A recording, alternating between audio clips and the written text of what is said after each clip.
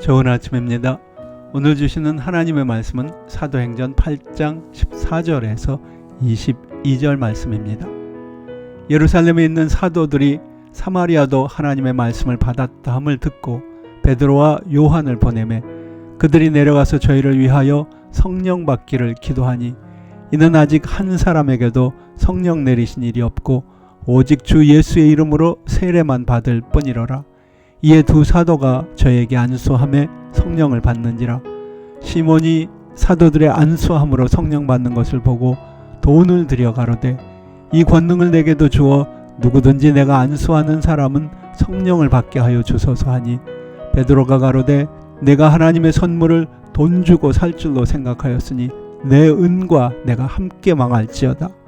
하나님 앞에서 내 마음이 바르지 못하니 이 도에는 내가 관계도 없고 분깃될 것도 없느니라. 그러므로 너의 이 악함을 회개하고 주께 기도하라. 혹 마음에 품은 것을 사하여 주시리라. 오늘의 제목은 하나님의 선물이신 성령입니다.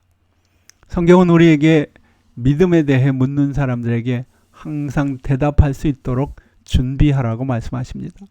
베드로전서 3장 15절에는 너희 마음에 그리스도를 주로 삼아 거룩하게 하고 너희 속에 있는 소망에 관한 이유를 묻는 자에게는 대답할 것을 항상 예비하되 온유와 두려움으로 하고 라고 말하고 있습니다. 그러나 현실에 있어서 우리는 가끔 믿음이 무엇이냐고 혹은 하나님은 어떤 분이냐고 예수님은 누구냐고 묻는 믿음의 근본적인 질문들 앞에 당황하는 경우가 많습니다. 실제로 저는 어느 분에게서 자기가 믿음이란 과연 무엇입니까? 라고 많은 사람들에게 질문했지만 그에 대해 시원한 답변을 들어본 적이 없다고 말씀하는 것을 본 적도 있습니다. 저 또한 그분의 마음을 시원케 하는 대답을 드리지 못했던 듯 합니다. 우리에게 성경 말씀처럼 좀 더 많은 준비가 필요하다는 의미일 것입니다. 그러나 목회자로서의 경험을 통해 저는 왜 많은 사람들이 이런 근본적인 질문에 대해 시원한 답변을 하지 못하는가에 대한 또 다른 이유가 있다는 것을 알게 되었습니다. 제 경험상 많은 사람들이 신앙의 근본적인 질문에 간단 명료한 대답을 줄 수 없는 이유 중 하나는 그들의 질문이 근본적으로 매우 넓고 포괄적인 것에 대해서 묻고 있기 때문이라는 생각입니다. 예를 들면 믿음이 그렇습니다. 우리는 간단히 믿음이라고 표현하지만 그 안에는 지, 정, 의 등 여러 가지 요소들이 포함되어 있습니다. 믿음은 때론 도덕적인 행동을 말하는 경우도 있고 때로는 매우 신비한 영적인 것을 포함할 때도 있습니다. 그런 까닭에 믿음이라고 말할 때 우리는 주어진 상황이나 문맥과 어울리는 정의를 택할 줄 아는 지혜가 필요합니다. 예루살렘의 핍박이 심해지면서 많은 성도들이 흩어졌습니다.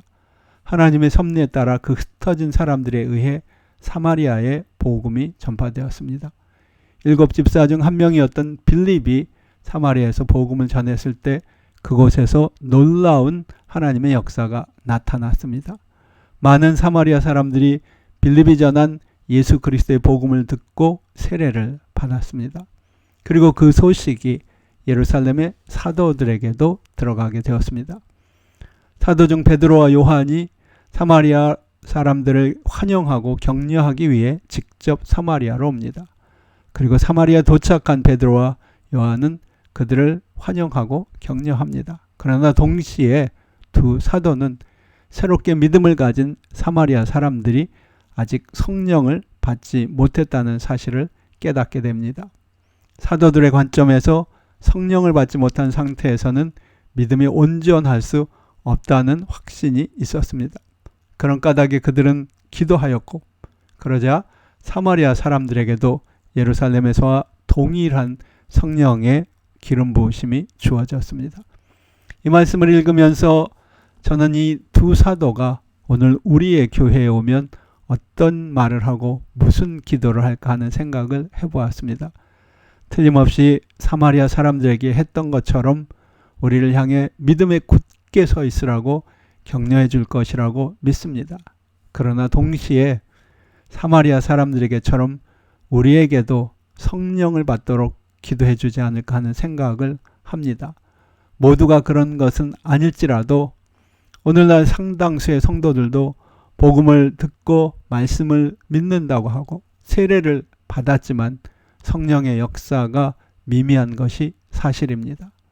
그렇게 성령의 임재가 없는 신앙으로 나날이 핍박이 더해가고 있는 이 세상에서 능력 있게 살아갈 수 있는지 염려하지 않을 수 없는 것이 사실입니다. 사도들 스스로가 성령을 받고 변화되었던 것처럼 우리 모두에게도 하나님의 선물인 성령의 임재가 간절히 필요한 시기입니다. 여러분들은 성령을 받으셨습니까? 아니면 혹 사마리아 사람들처럼 성령을 받아야 한다는 사실도 모른 채 살고 계시지는 않습니까? 사도들이 그랬던 것처럼 우리도 피차 성령을 받고 성령에 충만하여 능력 있는 믿음의 삶을 살 수 있도록 성령을 사모하고 성령을 받도록 서로 기도해야 할 것입니다. 우리 모두 다 성령 충만해서 능력 있는 삶을 살 수 있기를 간절히 소원합니다.